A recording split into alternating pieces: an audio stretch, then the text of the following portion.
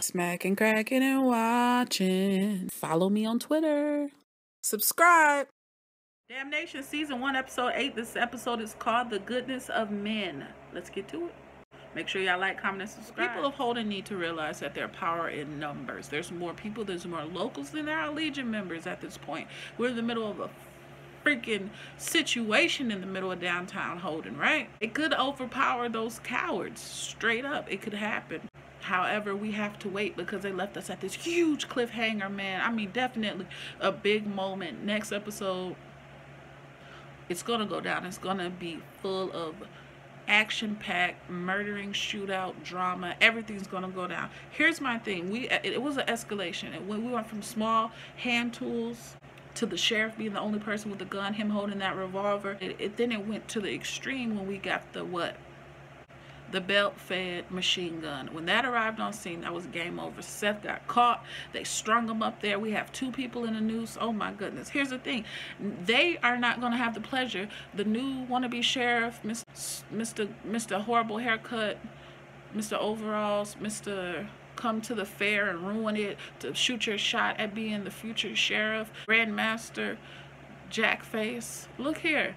You will not have the pleasure of getting rid of Seth. Why? It's not going to be Creeley either. Creeley's not going to hurt his brother. Who's upset holding the ice pick? Who? Connie. Connie didn't come that far to let you have the pleasure of taking his breath away. No. She's going to come and she's going to wreak havoc. We've seen her destroy a whole town full of men. She creates chaos and she's upset. She's angry. She's ticked off and he's got to go for her. So she's going to probably end up killing everybody out there, and it's not going to be who we think. It's not going to be the brothers. Not at all. Now look, we have the butcher who's dead. They left him on a meat hook, dang, in his own shop. That's messed up. I think they misspelled, want to say they misspelled the word snitch.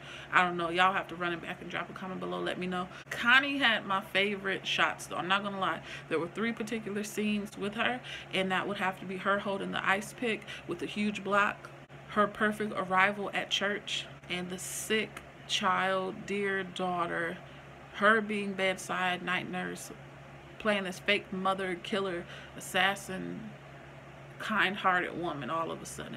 That made the show.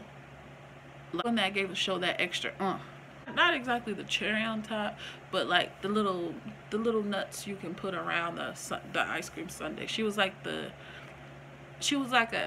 if you had a fudge sundae with a cherry on top and whipped cream. Finding out Amelia's family history as far as who her father is, and her in with the women at the newspaper place. A splash of caramel to the sundae. I like that. Now the Legion going to the brothel, tossing that place up. That created another enemy with the brothel madam. Because now we have Connie, all these people over here, all these people all the way over here who are on our team of people. So them tossing her brothel, embarrassing her in front of her hoes, taking her weapon, even some of the girls just like, they'd rather be hurt than label a snitch.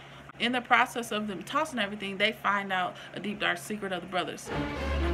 Now they know your weakness, your siblings, your blood. In this situation, being blood is a weakness. Same as if they found out the sheriff and Bessie were father and daughter. Another weakness, right? Same situation. Now Bessie and Amelia I like because she ran into that church for covering, protection, and safety. The same reason everyone will walk into the church.